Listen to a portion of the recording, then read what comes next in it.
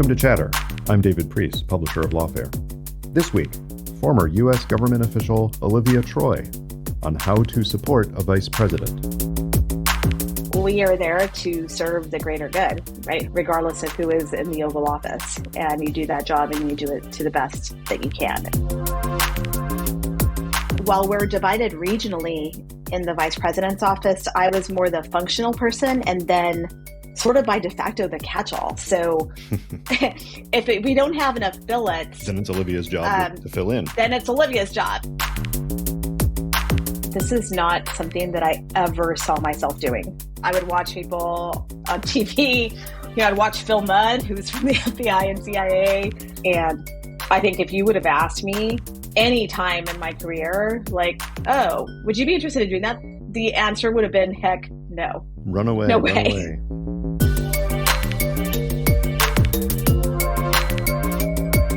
Olivia, welcome to Chatter. Hey, thanks for having me. I know a lot of people have seen you on various media and heard you talking about things ranging from the pandemic to politics to national security, but they haven't gotten to know you. So let's go back a bit. I want to hear how a daughter of immigrants gets to the Coalition Provisional Authority in Baghdad and then to the Eisenhower Executive Office building, working on the vice president's staff. Walk us through your process, the how did Olivia get to Washington story? Sure, thanks. And hey, you've done your research. The fact that you know that I was at CPA, not many people know that. So I appreciate that. You bet. That you know some of my background. So I grew up in a border town. I grew up in El Paso, Texas, and I spent most of my life there until I ventured off to college on the East Coast. I went to the University of Pennsylvania. I wanted to go far away from home, mostly just to have a completely different experience. And let me just tell you, Philadelphia provided exactly that. It was such a culture shock for me, especially coming from a totally different multicultural town and city. When you say culture shock, that can play out two ways. Culture shock can be eye-opening and you learn to, love the city and celebrate different parts of America, or it can be, what the hell did I get myself into? Which one was it? I think at the beginning, it was the latter. It was, what the heck have I done? Philly's a really big city compared to El Paso. And back in the day, it was a really big change. I had never actually been there. I went there sight unseen. Believe it or not, I used to watch the info videos. And I watched Tom Hanks in the movie Philadelphia. I'm not lying. Wow, that's a rough way to start. Yeah, that's how I learned what the campus was going to look like, what Philadelphia looked like. My parents couldn't afford to take me on college tours. So those college info videos were helpful for me because that was my only insight into where I was going. Well, what did surprise you the most when you got there? What was the biggest thing that those videos did not tell you about? So Penn is a very urban campus. It's definitely changed a lot.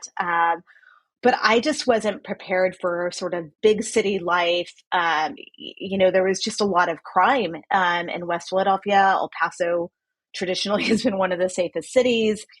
And it was just, and also, hey, no one prepares you for how cold it is when you're coming from a very southwest desert town. Yes. And I remember because I think it was like the blizzard of 96 hit, and I was watching everyone go to class outside of my dorm window. And I was like, you people actually walk in this? I'm like under the blanket, and I'm like, how do people do it? It's so cold. I mean, El Paso does get snow, right? It does now. Yeah. More so, which tells you climate change is real. Sure. I guess I'm one of those. I actually believe in that. Not Philadelphia level snow. No, nowhere near. And especially back then, it was just such a contrast. But also, it was good because it Philadelphia pushed me to explore different cultures. It challenged me in many ways. It's a blue collar working town city. And, I actually did my best to wander around and explore it. El Paso is super friendly. That was the thing. Like, I just found the East Coast to be somewhat just like a colder sort of interaction until I got to know it. And then the more comfortable I got, which I think says a lot about, pushing your own boundaries and exploring and branching out, the better it went. And so I think it was a rough first year. My freshman year was awful. I'm not going to lie to you. Mm. I had a really tough time. Also, I mean, there were major city streets running through the campus, and I was just not used to that world. Yeah, it was just very different. Well, there's definitely something to the difference just in the walking down the street culture of the East Coast, because I remember when I was in graduate school, one of my fellow graduate students was from New York, and we had a political science conference in Chicago, which I was more familiar with because I grew up near there. And we go to Chicago, and we're walking down the street from wherever it was, Palmer House, I think. And there's people on the sidewalk passing us who are, like looking up and smiling, and a couple of people say hi, and we say hi back. And his jaw is like dropping to the floor. And he said, "What's happening?"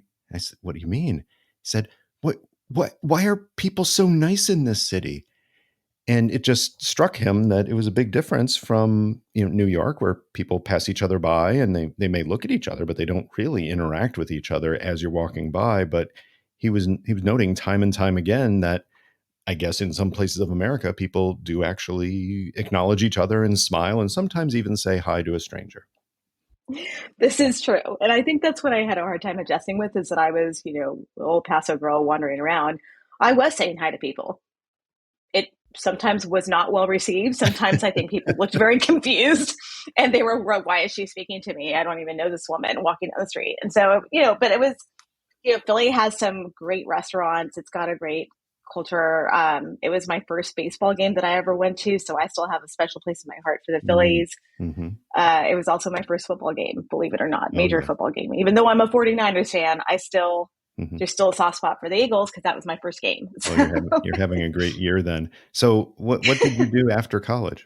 Well, so I actually interned on the Hill. I majored in political science and theater, which I think actually ended up being perfect for where I ended up working later in life. Nice. The two went quite well together. But so I graduated. I actually interned on the Hill, and then when I graduated, I went to work in politics. So I actually worked at the Republican National Committee at the very onset of my career. And then 9/11 happened. Mm. And I remember I had walked out of the Capitol right as the Twin Towers were being hit. And I ended up walking home all the way from Capitol Hill, all the way out to Ballston, which is Arlington, Virginia. That's a that day. healthy walk. It was a really long walk. And I remember I walked over the bridge and I saw the Pentagon and all of the emergency response going there. And it was just something that you just never forget. So were you aware of the flights hitting the buildings in New York when you left? Is that why you left the Capitol to walk home, or is this something you found out along the way? No, they were evacuating us. I remember the fear. I remember everyone sort of running out of the building. We didn't know where the next plane was heading. I think there was just a chaos of that day of not knowing what was about to happen. I remember going back to my desk at work, and I remember my boss calling and saying, "What is going on?" He was out of town at the time, and then they told us, "We need to clear out. Right, you need to go home." And it was hard. I think they shut down the DC Metro. Yep. It was impossible to get a cab. Every cell phone, if you did have a cell phone back in the day, was jammed. There were no signals. I had to find a landline. And I eventually walked home. And I remember that night thinking, as I watched the news over and over and over, I think I had nightmares for days because I just watched too much of it. And I just remember thinking, like, what do I do to try to prevent that from ever happening again? Well, that's interesting because you were working in Washington. You were contributing to this, great representative democracy, but you felt that the role you were doing wasn't where you were meant to be. Yeah, that was exactly it. As much as I enjoyed being in politics, I think I just wanted to be more on the policy side of the house. And so I actually ended up working in the Pentagon at the very beginning. That's where my first job was. And I ended up deploying to Baghdad. I was Ambassador Bremmers. aide.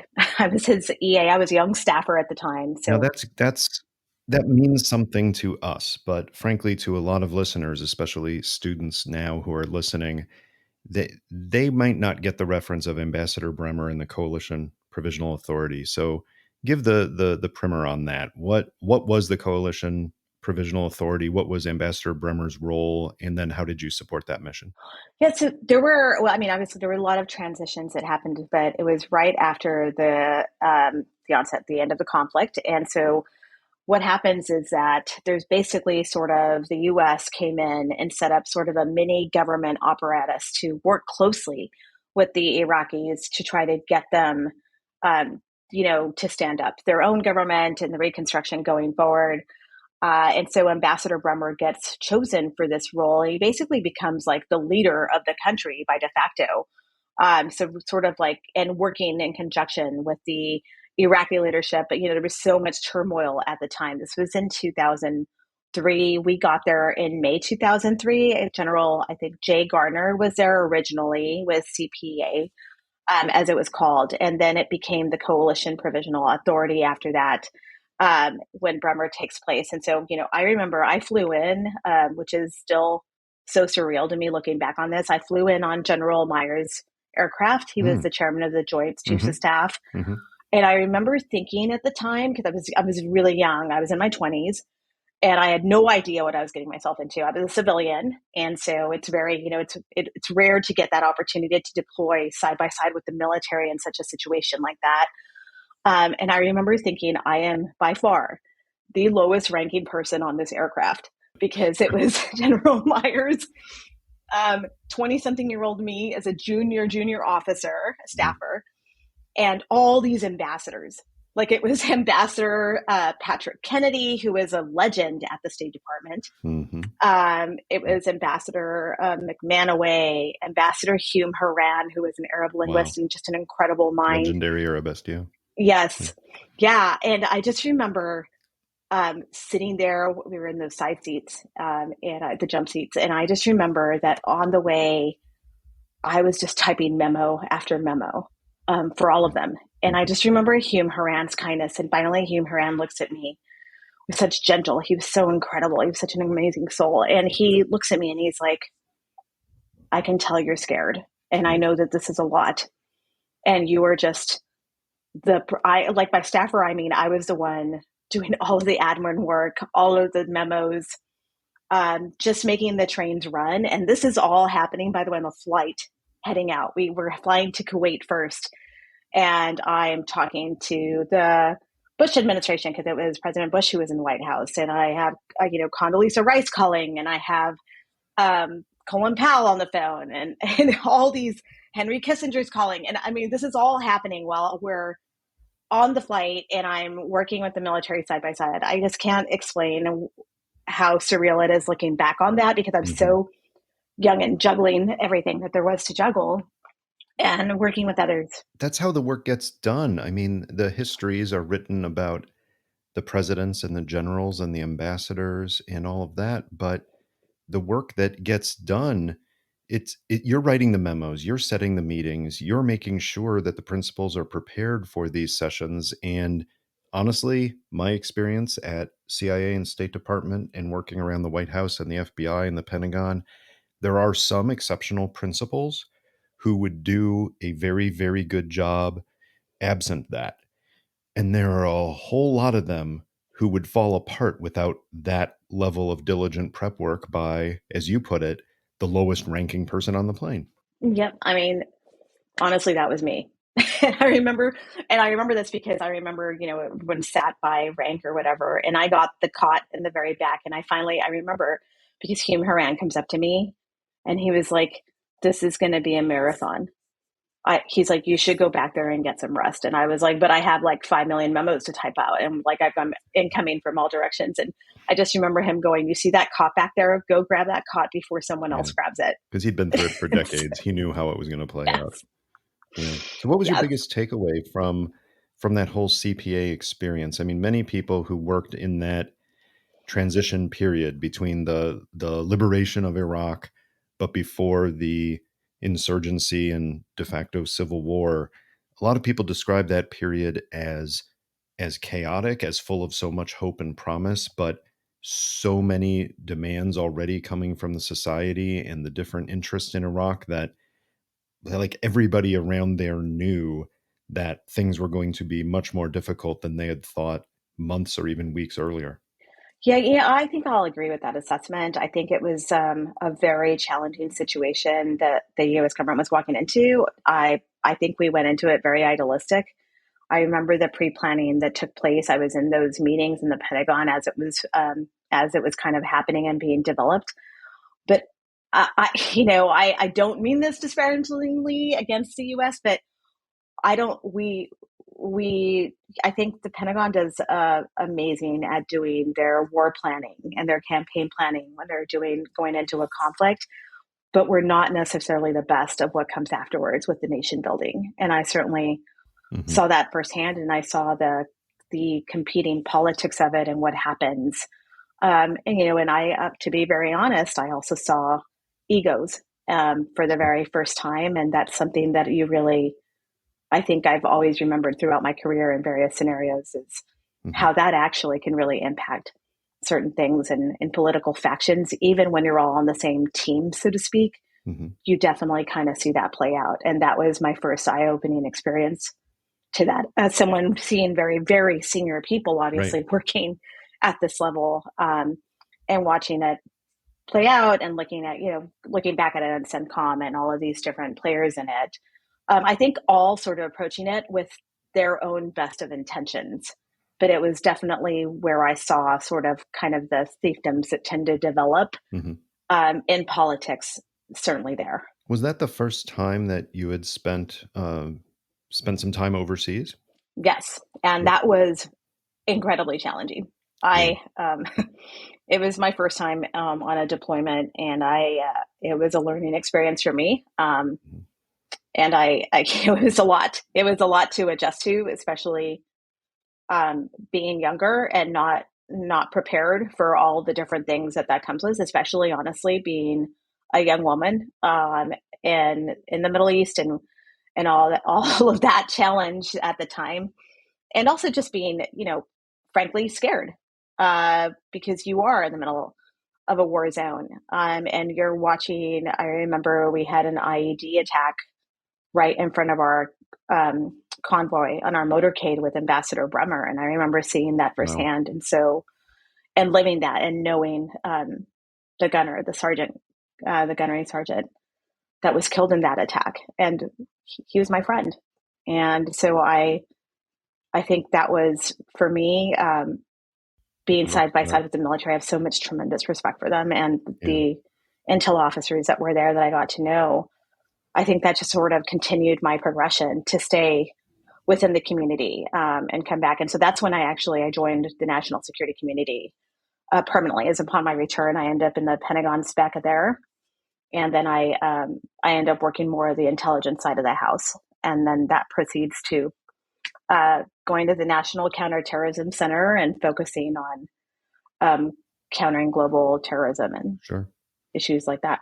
Talk a little bit about NCTC, the National Counterterrorism Center, because it's one of those entities in the U.S. government and the U.S. national security enterprise that is frankly less understood than most because it came about in that wave of reforms after 9/11, and people often confuse it with the sometimes better known Counterterrorism Center of just the CTC that's housed at CIA, but was a community center before 9/11. So talk a little bit about NCTC and its role and what you think it was doing well in the time that you were working with it.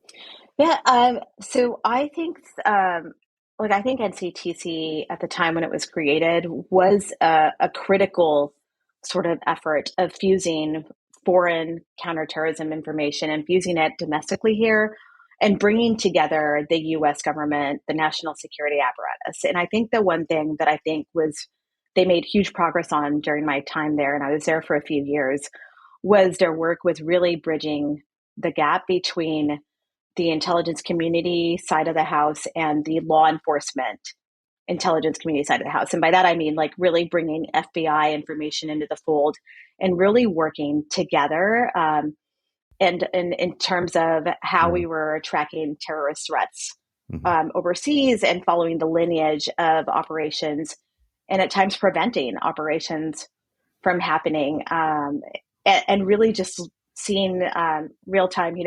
You've seen that show 24. I remember when they came to the center of that to film it and to do some filming and kind of meet with the staff, and that's really what the operations center there really looked like. And at the time, I would say like we were in the middle of it, right? We were writing plans to counter Al-Qaeda across the Middle East and all these terrorist groups. This was probably 2007 to 2010 timeframe.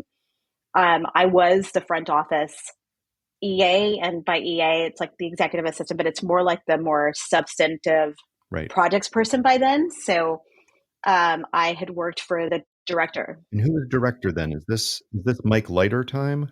Yes. Okay. Yes. So I worked for Jeff O'Connell, his deputy, who was a long time chief of station across the Middle East, super well known and respected. And then I worked for Mike Leiter, who became the director of the National Counterterrorism Center. And in that, we had a lot of really bad things happen in that period. Yeah. We had the Fort Hood shooting. We had the underwear bomber, as it was known, the Times Square incident. These are all terrorist attacks happening here in our country. I was very familiar with al-Awlaki and all these different people who were, foreign terrorists, radicalizing Americans, so to speak. And so I have great respect for the mission of NCTC. I think it's evolved in time. I think, they're kind of trying to figure out what do they do now with the domestic terrorism threat, since that was really not the mission. And how do you fuse and bridge the gap more on the domestic side of the house, which is, I think, incredibly challenging just because of the way that our laws are based and sort of the challenge that we have more in terms of when it comes to that. But I certainly have a lot of respect for the people at NCTC. And I think it really actually was a very growing experience for me too, just because I had gone from being, the Bremer staffer, had worked, to be honest, I'd worked the detention portfolio in the Pentagon. And then I was more on the forward-leaning side of the house, bridging intelligence and operations. And that was actually the beginning of my major exposure to the White House, because I was doing a lot of planning for the National Security Council at the time. So I started going to the National Security Council meetings, a lot of the sort of policy development there, and sort of bridging the gap of intelligence, and really working closely with the White House at the time. Yeah.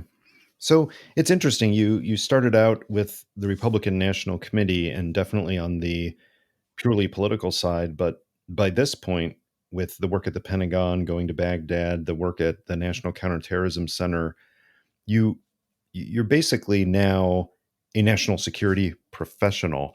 And I'm wondering if you had the same observation that many others have had, that certainly within the intelligence community, like the NCTC, that it is extremely apolitical, that it's mission focused, and the mission is on, in the case of NCTC, this terrorist or this terrorist group attempting to do this bad thing, and we need to stop them. And partisan issues don't enter into it. Was that what your experience was like as well? Yeah, 100%. Like, I don't, well, first of all, I think people know me now as a Republican. I've, sort of outed myself in quotes on that. I don't think that anybody knew my political leanings at the time. I don't think most of the people even knew that I had started my career in politics.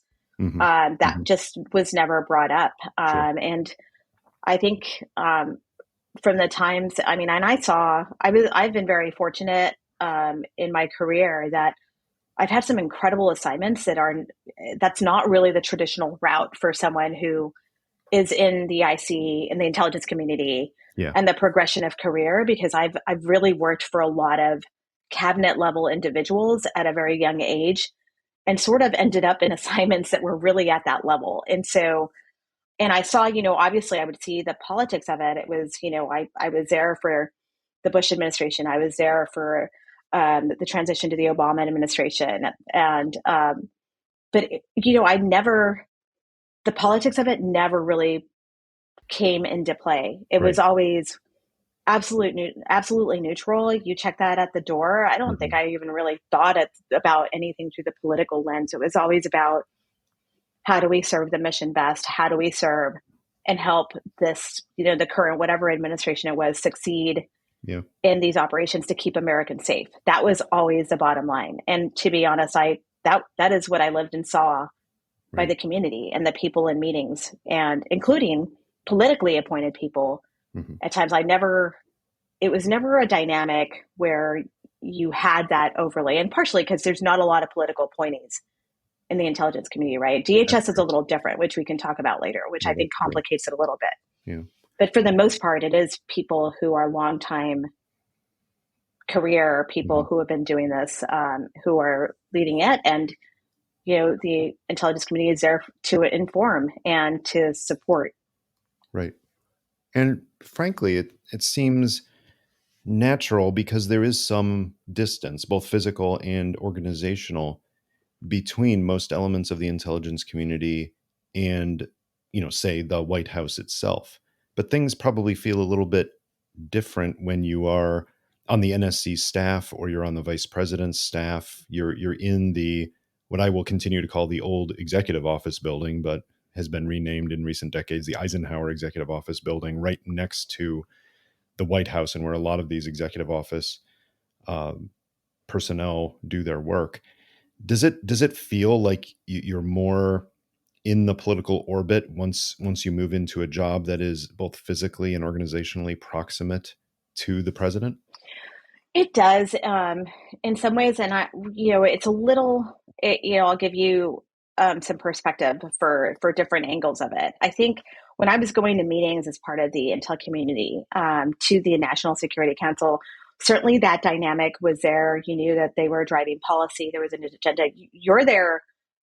Technically, if you're in the intelligence community, you're there to inform, to provide assessments, to give the best, input you can. And then it's over to the policymakers to make the decisions, right? That's kind of like the division and how that kind of comes together at the National Security Council. I think, it was interesting, sort of some of the changes that did happen when I was at the Department of Homeland Security. It Mhm. was a little different there because it was definitely a very more politically charged environment.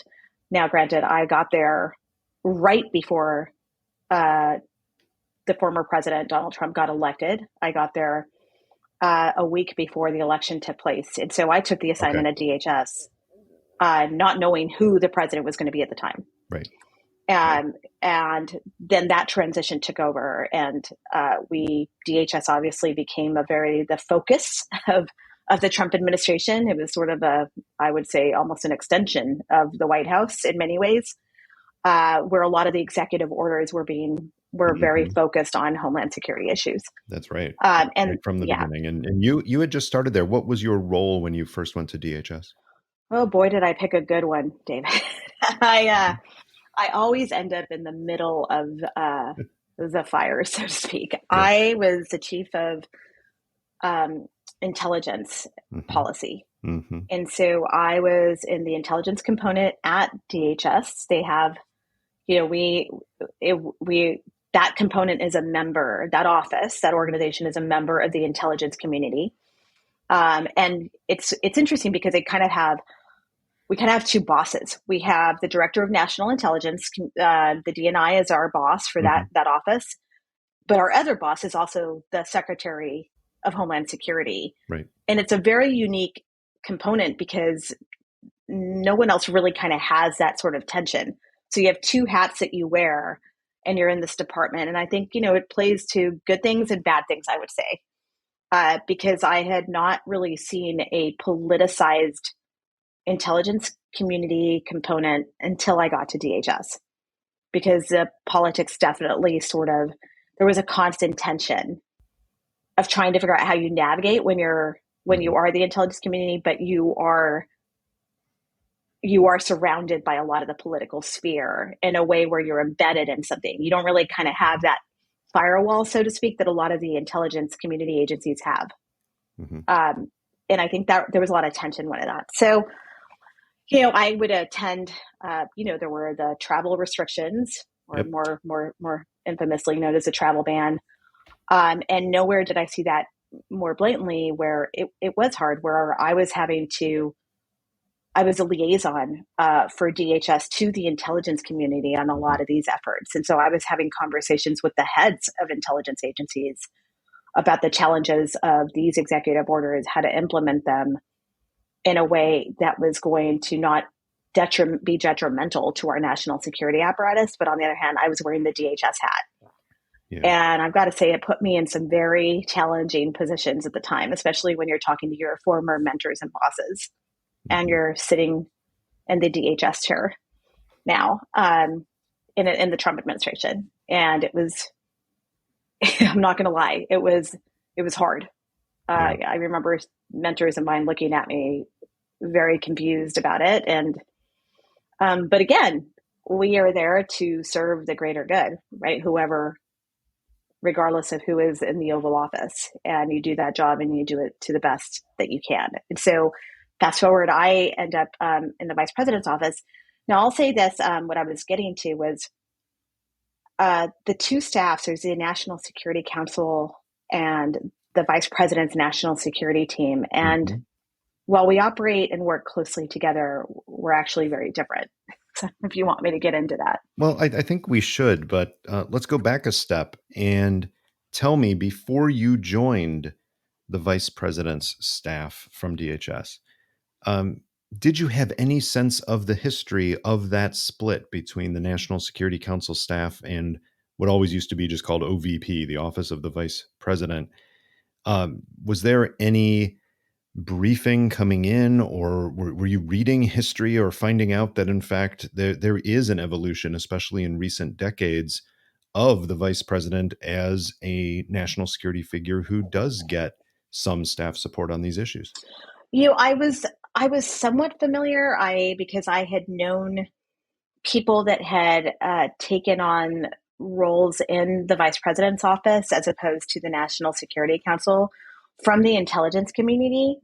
I knew that it sort of had evolved over time, also depended on who was in the role, right, as a vice president, and how they would leverage it. Little known fact, I actually interviewed many years before to actually be on, to potentially be on the VP's national security team. And this is probably, Wow. I want to say 10 years before I actually ended up there. It was during my This would have been NCTC for time. Cheney at the time?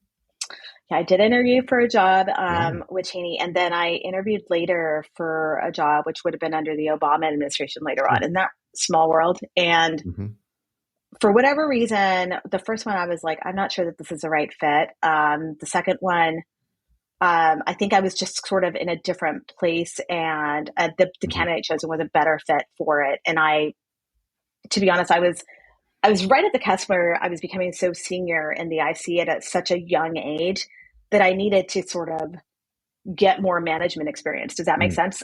In order to totally. Yeah. And I needed to really focus on that. And so I was aware that the vice president had their own sort of national security setup. I don't think you really sort of understand how it operates and how you kind of fit in. And of course, every operation's different, but for the most part, a lot of the basics are the same on how you interact. And I really sort of think it depends on your role and what portfolio you're covering on how it sort of plays out in the end.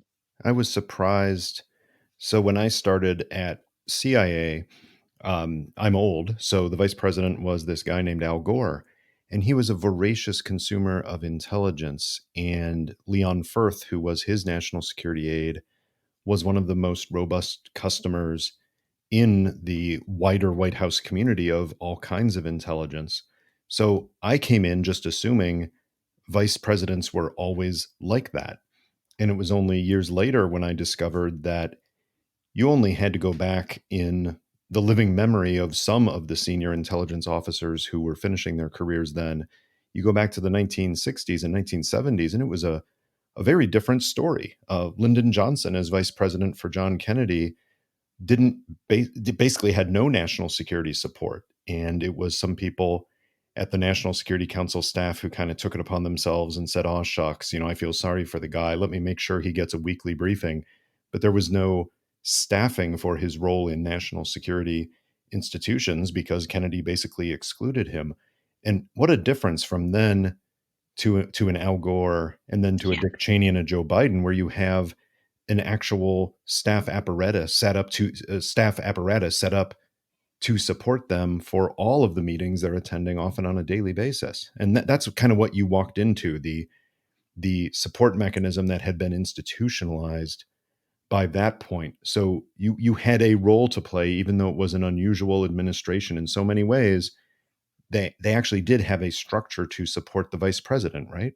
Yes, and the interesting thing is that it's still it's surprising. I feel like it's challenging to be the VP, right? Because it's still surprisingly very small.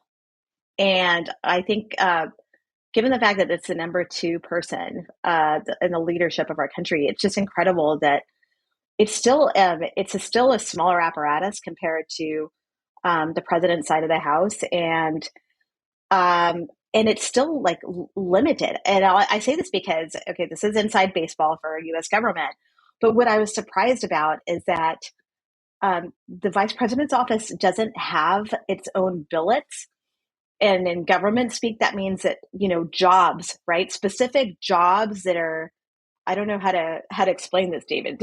Like They kind of, yeah, they're like staffed to other offices of the executive office of the president, including the National Security Council. But that means anything that's dedicated to the vice president is de facto not dedicated to some other presidential function. Exactly. And I was surprised by that because and nowhere, it's very surprising when you get there, by the way, and you join the team, because suddenly 6 months, depending on when you start, you can get caught up in this whole fiscal year thing. And it's legislation actually that I personally think needs to change, where you could start and then 4 months later, they're like, "Hey, your tenure's up because you came in at the wrong time.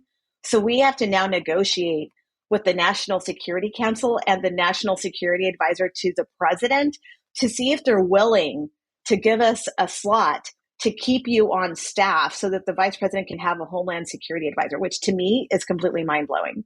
Yeah, that is, it's one of those things that certainly when scholars look at it and they look at the way we've treated the vice presidency over time, it's amazing because we have plenty of history of presidents, unfortunately, either passing away or resigning or somehow giving the office to the vice president.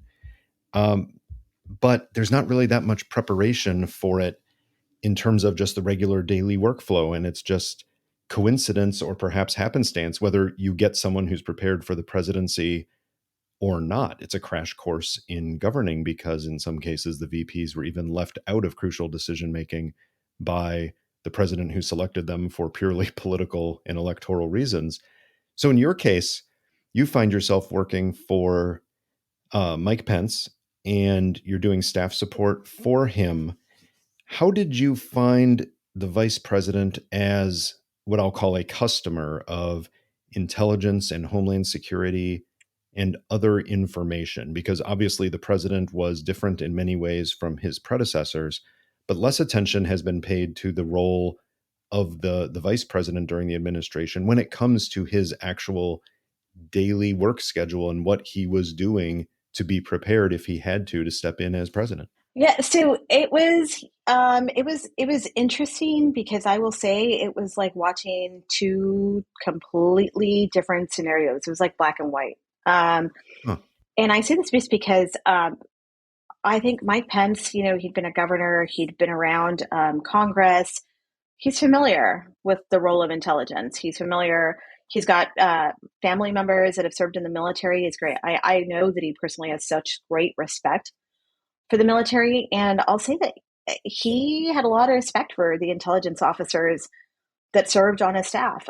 So, I mean, unlike his boss, he did receive the PDB every morning, the presidential daily briefing. He consumed it. He asked questions. We all got briefed on staff. I had my own briefers come in the morning when it wasn't crazy at times, and he would often rip things out, write notes on them, and ask for follow up, and then it would come back to me through the PDB briefer. And it's kind of an interesting dynamic because if it's a really specific in the weeds question and it comes back to Homeland Security, which we can talk about because there's definitely a gap there.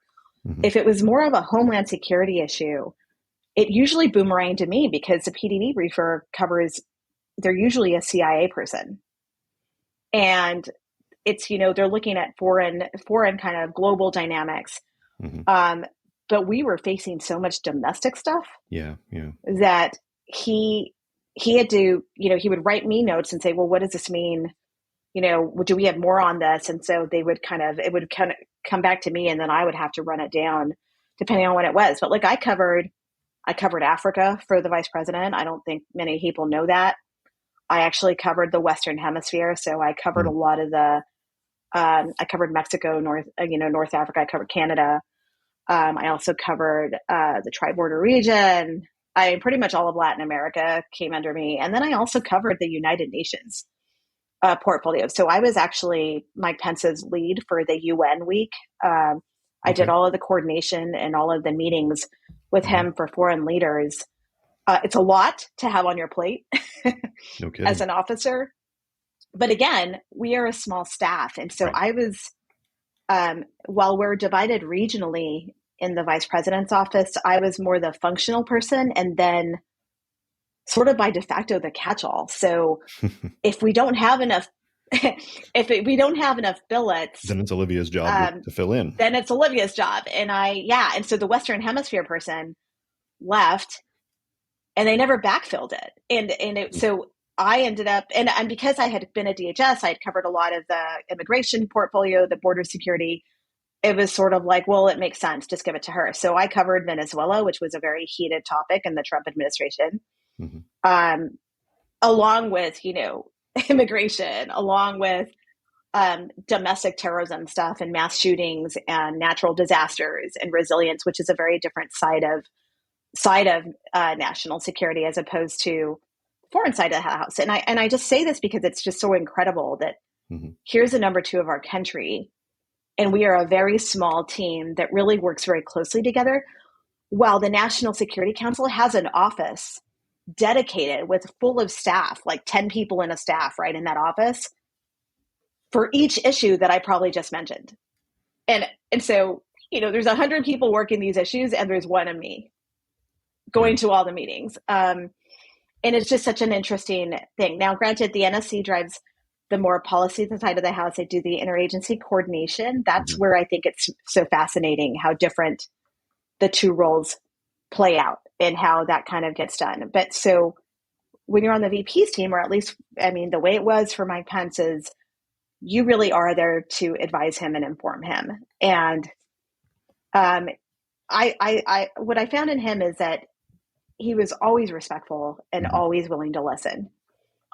You may not like the ultimate result of what happens when policy takes over and politics kind of come into play, but he certainly did take in the intelligence. He asked questions. He was very engaged. I would say, I think the PDB people would say that as well, to make sure that he took the time to do the briefing and he would fit it into his schedule. And, he was the first thing that would happen in his morning. And I know this because I was always prepared for if there had been a mass shooting or something. Right.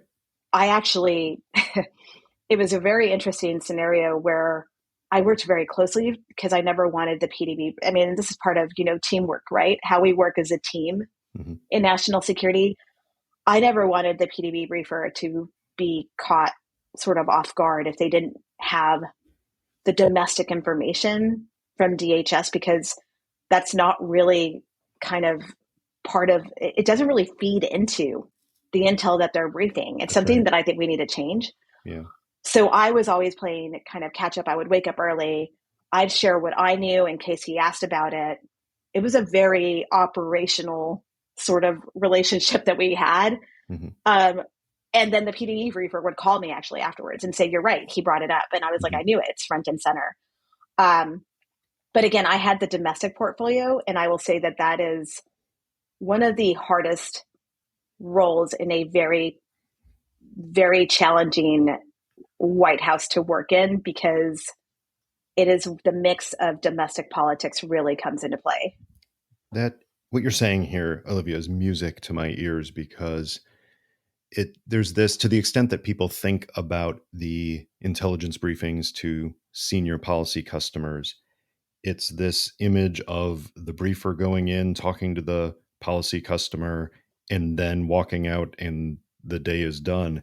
But it really is more of a team effort. Even if the people staffing the senior customer aren't sitting in on the briefing every day, there's still that role. I remember the role that you played was the role that often Chuck Rosenberg played for me at the FBI when I would take the PDB to Bob Mueller when he was FBI director. Often outside his office or over at the Justice Department, Chuck would pop over and tell me a couple of things about what was going on, having to do with FBI business that had nothing to do directly with the foreign intelligence that I was briefing from the PDB. But the context mattered because I knew the framework within which the director would be receiving my briefing. It mattered intensely what was going on. And he was definitely focused on some issue within the FBI's purview. And his questions would often reflect that. And it was very helpful for me to have somebody who was both helping me put my briefing into context, but somebody to whom I could pass on, oh, here is how that intersection played out in the briefing. And it might actually help you, Chuck, or in your case, it might actually help you, Olivia, do your job for the principal later in the day. Oh, it was incredible. I mean, look, I think we honestly, post the briefer and I would have failed if we didn't have that. We were definitely a team, and I was really grateful. I was very fortunate that I had some incredible PDB briefers who were definitely about back and forth information and understanding, especially I will say during COVID. Absolutely. Because I covered that, and it was sort of how we were going to navigate this whole entire scenario. It was very, very incredibly challenging. But I covered there were a lot of mass shootings and a lot of domestic events that happened when I was in the role. It was, I will say that the mass shootings are still some of the hardest things that I carry within me, having worked in the aftermath of them and how hard it was and how painful they are when they happen for everyone, and the loss in the communities that hurt. And we were very in lockstep with things like that, because like you said, the FBI had certain info, DHS had certain info. I was basically getting it, and I would basically bridge it together. And it was a great partnership, because I never wanted the vice president to be caught off guard or be uninformed. That's how I approached the role. It didn't matter who was in the role at all. For me, it was never political. It was about making sure that he was served to the best of my ability. And if that meant working as a team with everyone and bringing this information and giving it to him and sharing it. Yeah.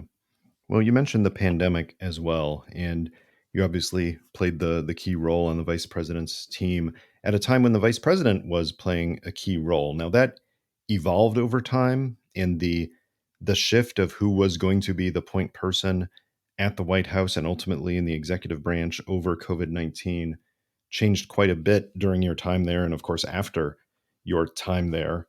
But I'm wondering, reflecting back on it, do you think that the vice president is the proper position to be heading something like a crisis task force, whether it's the pandemic, whether it's border security now?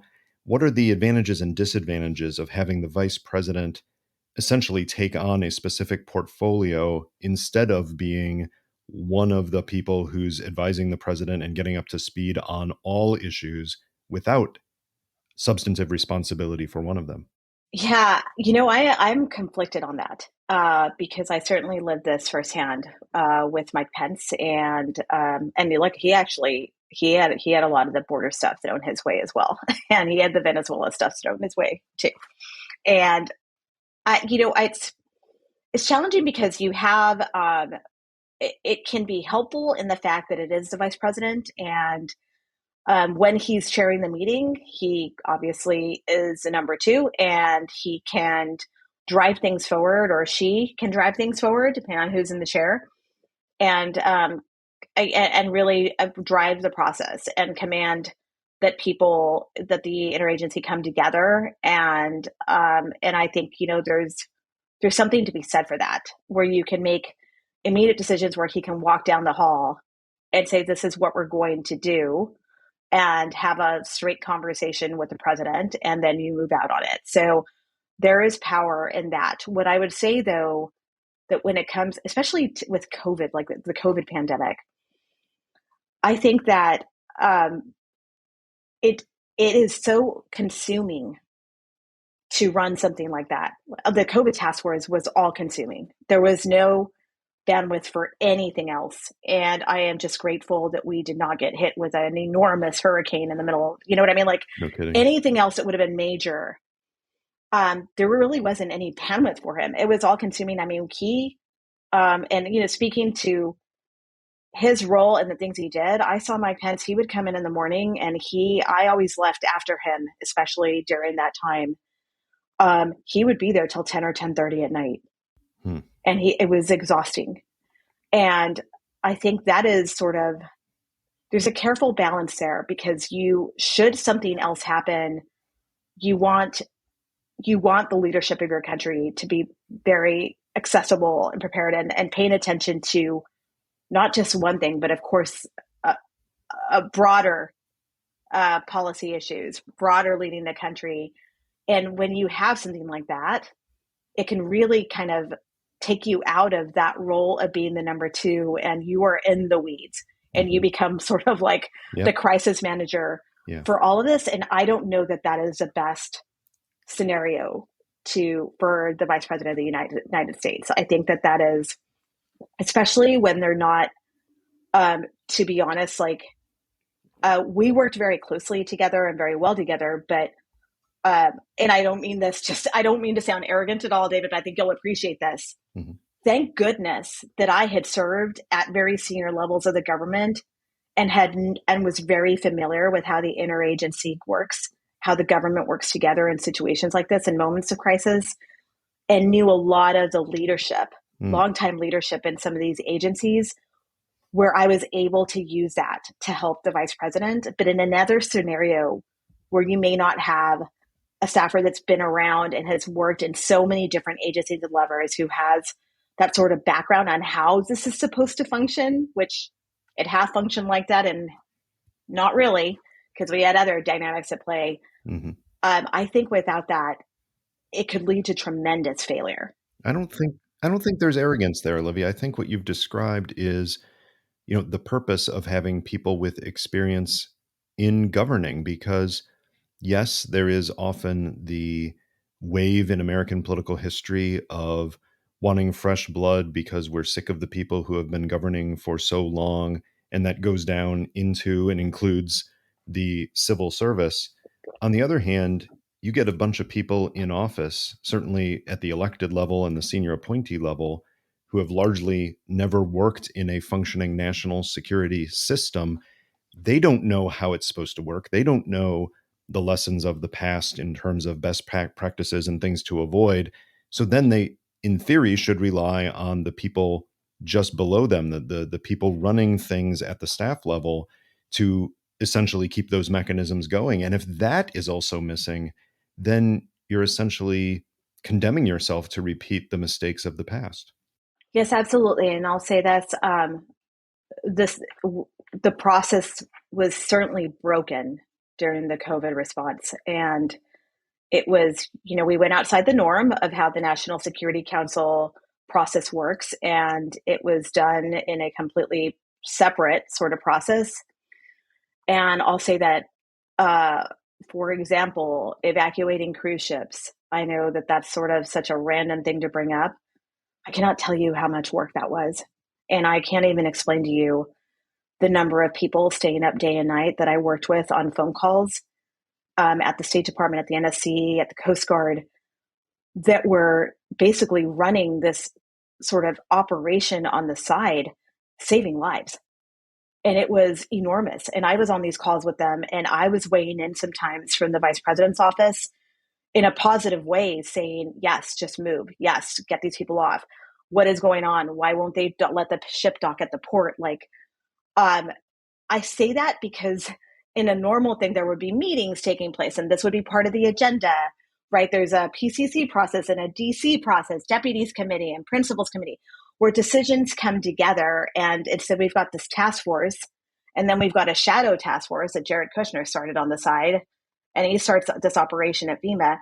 So, I mean, how many meetings are we having where everyone's sort of working on this thing, but no one is talking to each other? And for me, who was, his lead staffer, it made my job so much harder. Mm-hmm.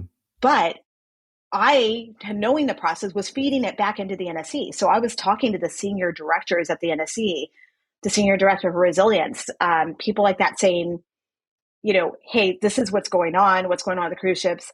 We've got this cruise ship that we got to dock at in California. Mike Pence wants it docked, and feeding it back through that process, in addition to running the task force meetings, in addition to helping the doctors figure out which way was up when things were really hard for them and they were being publicly attacked by their own peers, in addition to helping Mike Pence stay afloat and watching him basically try to just survive on a day-to-day basis and getting the incoming from governors and the phone calls. And I just say there's just such a critical role that the U.S. government plays that I think I saw a complete disregard for by a lot of the more political figures in the Trump administration. And I only say that because it worries me for the future, because, there's a sting where people detest the deep state. And I say that in quotes as we were labeled. Technically, I was the deep state working in the White House. It was certainly said to me at times.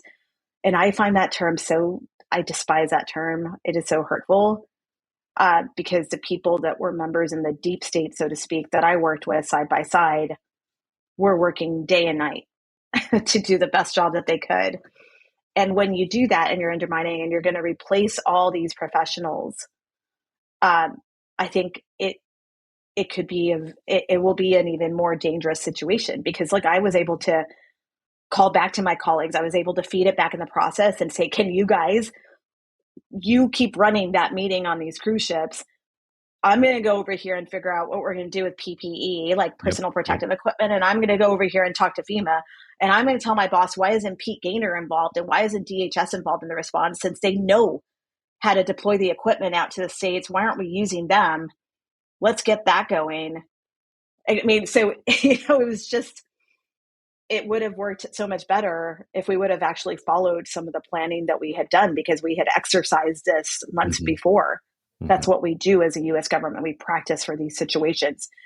Certain dynamics, may come our way that were unexpected. But so I think I say that because that is more the operational side of the house of why this matters, and like you said, why expertise matters, at least for people that know the process and can help whatever principle it is that you're serving under. In my case, it was Mike Pence. How do you help him navigate this? Right. Now, for many jobs in what I'll call the civil service, I won't use that other phrase. For many jobs in the civil service, there is the benefit of bureaucracy. That is, there are people to backfill you if you're on a team and you're all looking at an issue like terrorism at NCTC. You're part of a team. There are others doing it. You were in a job where you really didn't have that amount of backup. So at a certain point, even apart from political issues and ethical considerations, just the grinding nature of that job, such long days, such long nights, going from one thing to another, that is a very draining job. And most people don't stay in a staffing job like that for a long period of time. What were the dynamics that did push you to leave, and how did you feel about doing it during a time when there were so many crucial things going on? Yeah, so I had been in the role. I was there for about 2.5 years. I'd actually had been extended, so I I was actually scheduled to stay. I would have been there through the transition through the following April. I would have been there 3 years, which is a long time. That is rare Yeah. for someone to get extended for that long. And I would have been there through the Biden administration in that role, or, unless they it's up to it's up to them whether you keep that person in that role or not. And but I had started to think, well, yes, you're correct. Like, it is a grueling job. And after 2 years of doing it, I was like, okay, what is really going to be my next step? Do I go back into government? What's my next assignment? And you start to think about that, and you look across the intelligence community. But for me, as I was starting that process of thinking about what am I going to do next, and I was talking to General Kellogg, who was my boss at the time, and he was thinking about where I would go, what kind of things I wanted to do in my career for the next step. That was when the onset of the COVID pandemic hit. And by that point, every principal is different. Some principals, and by principal, I mean you're the leader or whoever you're working for. Some are, they're used to the national security apparatus. People switch in, people switch out, and they're totally fine with it. Right. There's a level of comfort that they're used to. I've seen different cabinet level officials behave differently in terms of that and how they receive it. Mike Pence, in his situation, he is very guarded about his inner circle. And it takes it takes quite a while to establish trust and a sort of openness that I think is challenging when you first start in a role like that. Mm-hmm. And that kind of grows with time. And when the COVID pandemic hit, that was really what drove me to stay, was because I was like, I cannot leave. I would feel like I would be bailing on my responsibilities in such a moment of crisis for our country and so I stayed at the beginning, and that was before he was in charge. Thank goodness I hung in there and was going to all the meetings and was his rep on the COVID meetings. I was the person attending the meetings for him. I was attending the meetings for General Kellogg as a continuity person, kind of tracking the issue for him at the very beginning. This is before we knew that he would eventually become the head of the task force. And the day that he became the head of the task force was, first we were like, this is going to be a thankless job, an impossible job to do. Yeah, no doubt. We knew what that was going to mean. He knew what that meant. And for me, I ended up in the hot seat because quite frankly, I had some challenging dynamics that happened during that transition. I've never seen this before in my entire career. And I had worked in policymaking and intelligence circles for a very long time, where I was basically told good luck by someone running it prior to me. There was no transition. There was no, here's a list of the people that we've been calling. They're basically just passing the buck to you to resolve a situation that they had not.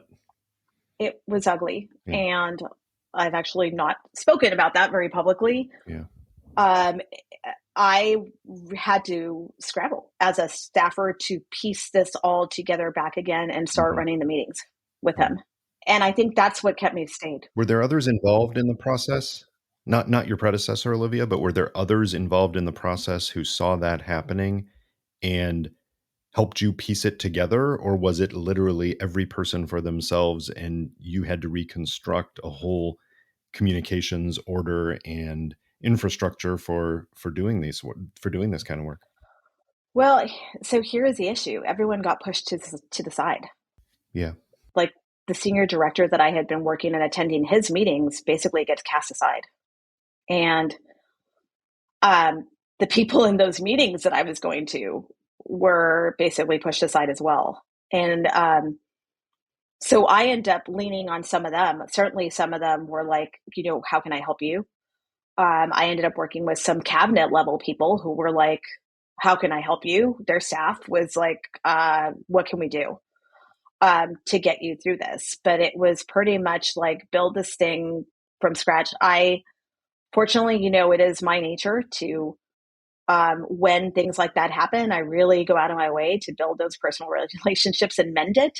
So I went out of my way to mend that relationship with the people who sort of left me to my own devices. And they eventually came back to the table. I think they were, it was done in such a poor way.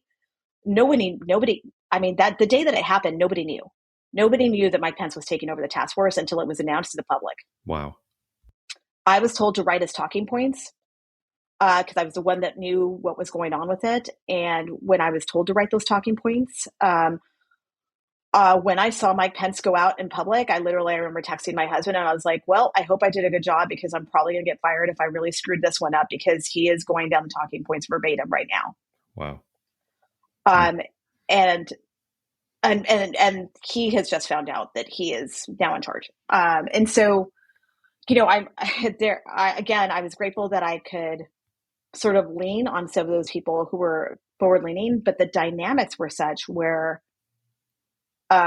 it was going to be more politically sort of driven, including on the comm side of the house and the messaging, where there was a tension between the people who were trying to actually actively work on this response, just in a factual science-based manner, especially the doctors and the different agencies who were navigating this, right? Like CDC, a lot of the people were pushed out of the room. They weren't given a seat at the table. Dr. Redfield was left on his own.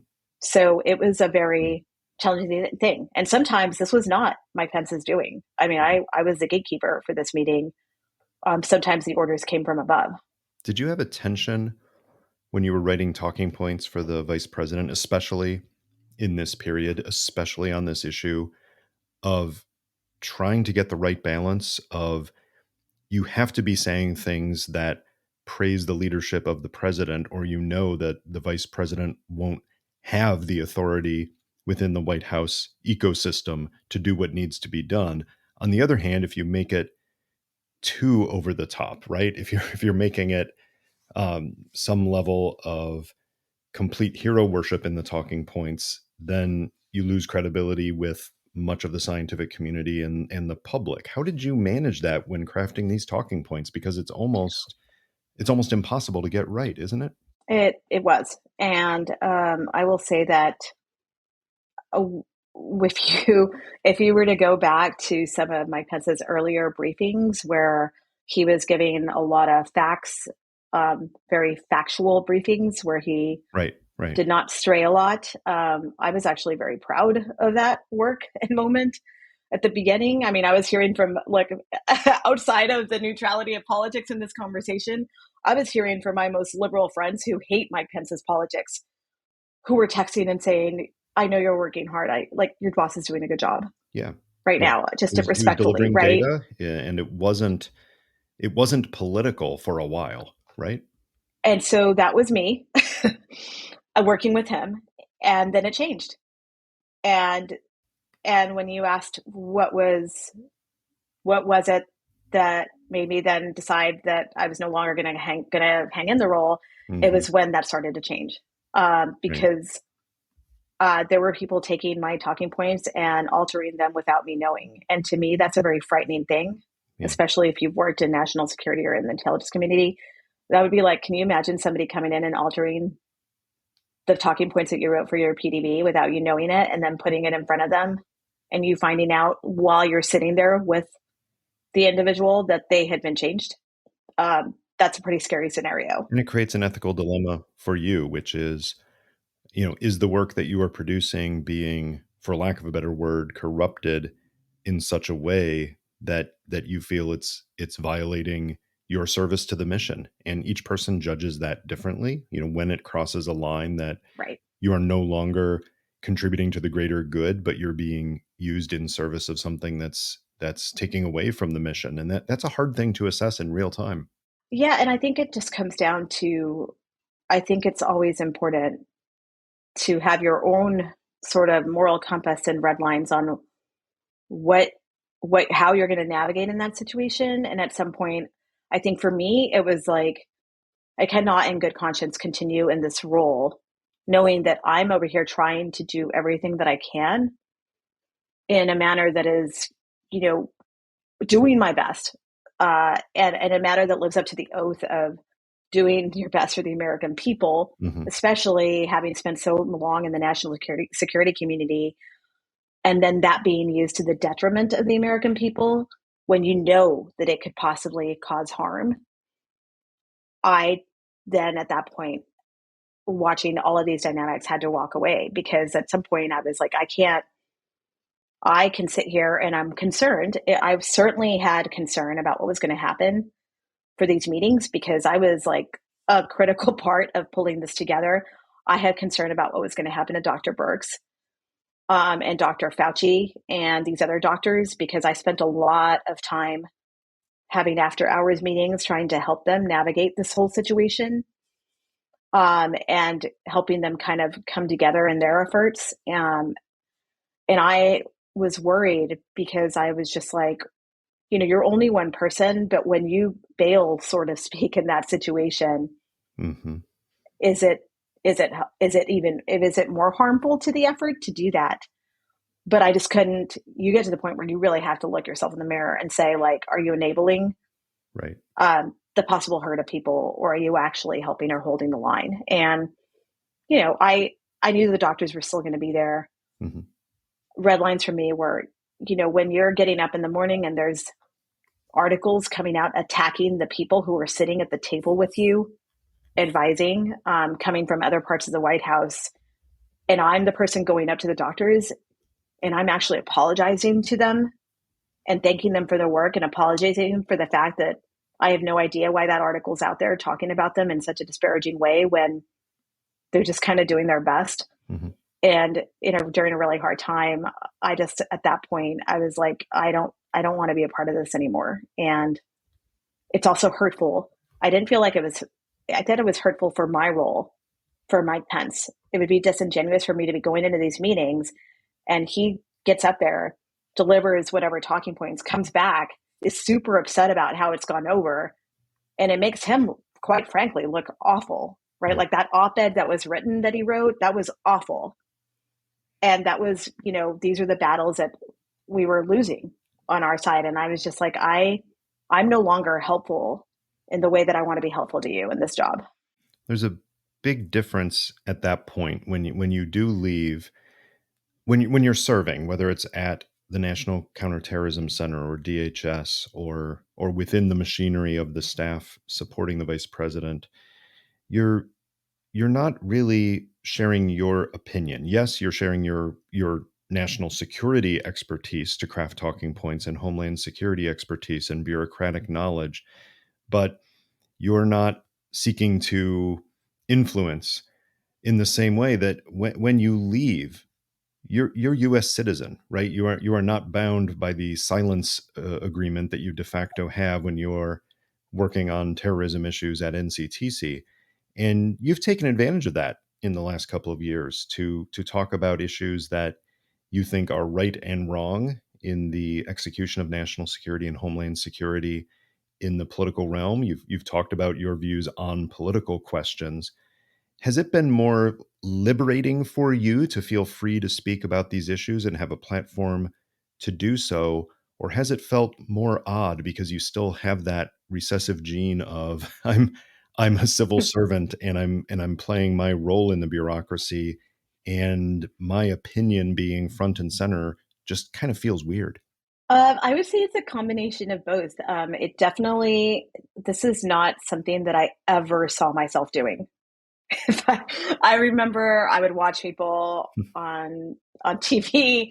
I would see I would see former national security advisors. I'd watch Phil Mudd, who's from the FBI and CIA, on domestic issues. And I'd watch people on MSNBC, CNN, all the different networks. And I think if you would have asked me any time in my career, like, oh, would you be interested in doing that? The answer would have been, heck, no. Run away, No run way. away. No. And I mean, because it's instilled that you don't talk to the media, you don't go to the press. Like you've got to get that completely cleared before you do that. There's all these mechanisms, especially when you have a clearance. And so it has been an adjustment. I would say it doesn't come naturally for me.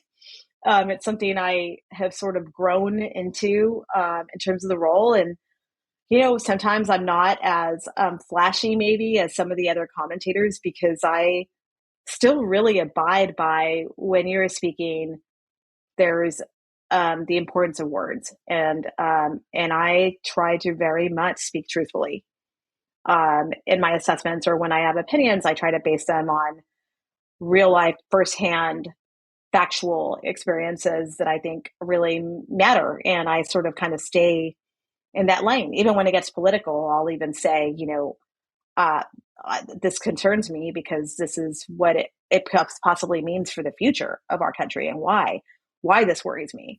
Hmm. And when I see the rise of domestic terrorism and extremism and kind of the sort of intermingling of politics of embracing that, having seen this happen globally in terms of other countries and the danger that poses, and watching it happening in my own country is frightening to me. And so I think I've sort of now, this is where I am. I made a very big decision in my life to Hmm. speak publicly about my concerns. And, I'm very passionate. I'm still, but at the end of the day, like my heart is in national security. I don't, I think a lot of people don't necessarily realize that basically that's where I grew up, right? Hmm. For the last 20 years of my adulthood has been in and around this community that I have loved. And so, I think there's good pros and cons to it. I try to be supportive. There's definitely things that give me pause when I see it. But at the end of the day, like I try to use it for good when I do it. But it's not something that it sort of is innate. It's definitely kind of a weird, Hmm. a weird scenario for me because I just never saw myself in this place. And yet it seems like there are some things that you overcome that by feeling like the American people need to know this, that your particular experience and expertise gives you a window on something that can illuminate things. And I'm thinking here of recently when you spoke out about the fact that you found some classified documents in the ladies' room at the Eisenhower Executive Office building just sitting on the shelf. Somebody had gone in, left them there, which is not the norm, we should point out. When classified documents are Yeah. transported between buildings or within buildings, they are not just laid down and left there. That is extremely rare. And you highlighted that to point out that you you had plenty of instances where you thought that classified material was being handled very cavalierly, and so that the fact that it was left in the restroom was shocking, but not entirely out of what could be expected based on other things you saw, right? Right. And I think, I think for me, a lot of it is also just working in whatever capacity I can to educate Americans who, aren't from this world, right? They're not living in it. And just a different perspective, and just to understand, like, also when I found those documents, I'm sure you'll understand this because you've been in this world for so long. Like, the leveling, I felt like anxiety. I was like, whoa, what are these doing in here? I was like literally scrambling. I was like, do I have a folder? I was like covering them up. Absolutely. Like, it was just an immediate reaction without thinking about it. And then I was like, and then you get that paranoia of like, oh my gosh, it's like holding a hot potato. You're like, what do I do this? Like, they're not mine. I found them. And so I was like, I got to turn this in. So I literally marched myself right up to security, showed up. And I mean, they were just as confused as I was when I said I found these in the bathroom. And they asked the usual question. They were like, how long have they been there? And I was like, well, I really honestly have no idea. I just happened to look over to the shelf and was like, oh, somebody left their papers here. And then I saw that they were classified in a certain way. And I was like, whoa, I Wow. am going to take these right now Hmm. and just hand them over and turn them in. And maybe it was an honest mistake. I don't know that you should be reading classified information while sitting on the toilet, but that's just me. But I was just saying that because that's not normal. And when we handle classified information, like, those documents are in a safe within a secured facility, especially some of the documents that were found at down in Florida that Right. were not in a secure place. And that's why that matters, because that's not normal. And that's also, to me, it's potential like lives that are in danger Right. depending on what is in those documents. Right. Um, which is why it matters. Well, in addition to highlighting some of the things you saw that you think are relevant now, you've also used the past couple of years to advocate for different issues. And some of those are more in the political realm, but I want to highlight one that just recently you've joined on to. You've added yourself to the board of 97%. Talk about that effort and why you feel that's important. Yeah, so I mentioned this earlier, and thank you for bringing this up. It's just an issue that I'm very passionate about. I don't talk about it as much, but I, having worked on a lot of mass shootings in my tenure, a lot of the aftermath of gun violence, and seeing sort of how prevalent it is across our country right now.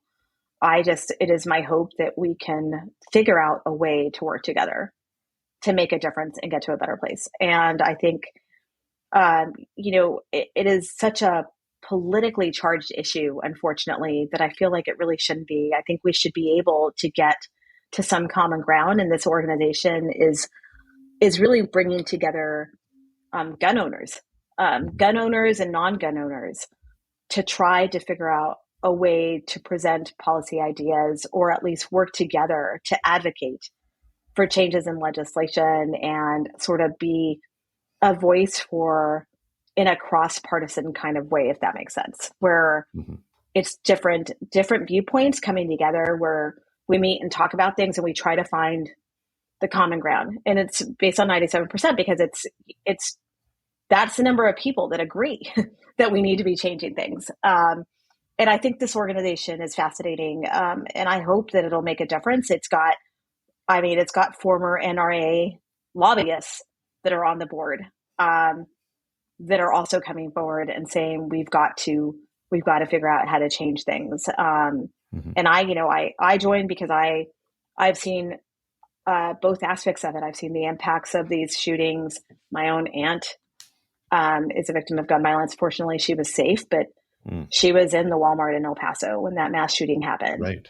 And for me, that was that's the nexus of sort of hate and the rise of domestic extremism and these kind of ideologies and social media kind of stuff that's happening, and the nexus of that with guns, and how dangerous it can be for our communities. And I grew up around guns. I'm from Texas. I'm from Texas. I was taught how to properly handle a gun, how to properly store a gun, at a very young age. And I grew up with guns in the household. So I'm not, I've been deployed. I was trained, to shoot a gun. So I'm not anti-gun. And I think, but I understand the passion of victims and survivors and of Americans that are so tired and upset about just everything that is happening here, and how gun violence is really so extreme in our country that it's prevalent every single day. Someone's impacted by it. And so I think we're in a very divided time. And while we have sort of our own echo chambers that we tend to remain in on this issue, I think the only path forward is really to come together on it and push for it, and push our elected leaders to engage. Well, Olivia, I'm going to end our conversation by reaching into our chatterbox and pulling out a random question for you to answer. Let's see what it offers for you. Tell us your favorite or least favorite spy or political thriller movie or TV show. Wow. That is a wonderful question. I don't know. I'm a big fan of the show Homeland. Oh, really? Did you ever watch that? That's an interesting one because it's dramatic. Clearly, it's got a lot of action, a lot of personal drama, of course, but a lot of people in the national security realm, will roll their eyes at many of the over the top things that would never happen. But I guess that's why it's fiction, right? Right. And I also think that, maybe that's what it is. Like the fact that it's not trying to be, that's what it's meant to be. Right. But, it's escapism. Yeah. And I also, I like it because I think that it's really fascinating, because it does touch on mental health. And here you have someone that was incredible at their job in this show, right? Who is basically brilliant, but also suffers from that. And it is a challenge for the lead character, right? And I always found that fascinating because I always wondered, like the moral struggle of those around that character. I always found that so interesting to have someone that's brilliant and sort of the tension there of they're successful, they're good at their job. Sometimes they make bad calls. And I think that's more common and familiar to people that work in national security about sort of the aftermath of those decisions. And so I just wondered, I guess maybe it's because I've been in like positions like that where you're mentors and there's tension there and like your mentors are watching you and, and then sort of like, how do you engage in that? And so I guess maybe that's why I like it. That's a great point. It certainly did open up conversations about mental health, not just in the national security bureaucracies, mind you, but open up workplace mental health conversations, which honestly had been stigmatized for far too long. So there is that net benefit from it as well. What about fictional representations of the vice presidency? I mean, you've had an up close view of how a vice presidency actually works, and whether it's something that's comedic like Veep, or something that is supposed to be more realistic like the West Wing. How have you found that the public conception and pop culture representations of the vice presidency, do they touch at all on reality in your view? I think they definitely do. And I'll just say this about Veep. I have only, I'm glad you brought it up because I keep telling myself that I'm going to watch it now. I watched probably one or two episodes while I was actually in my role. Oh, is when I started to watch it, and I couldn't watch it. It gave me, and that's exactly what happened. I came home and I was like, I really need to watch this show because I'm there, right? And it gave me anxiety. I don't really have a lot of anxiety, but watching it, I was like, this is way too close. It's way too close to home, and I can't watch this right now. It's like some of the dynamics and situations were pretty spot on at times on sort of the kind of dynamics and interactions that happened. And so I actually had to take a step back and I was like, this is not de-stressful for me. This is not the way to de-stress after coming home from these days at work. It's a little bit too close to home. That is a valid point. Olivia, thanks for spending some time with us on Chatter. We appreciate it. Thanks for having me. Thanks for the great conversation.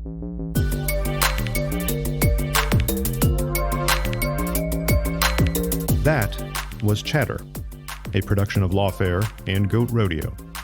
Please subscribe to the podcast and find us on Twitter at @ThatWasChatter.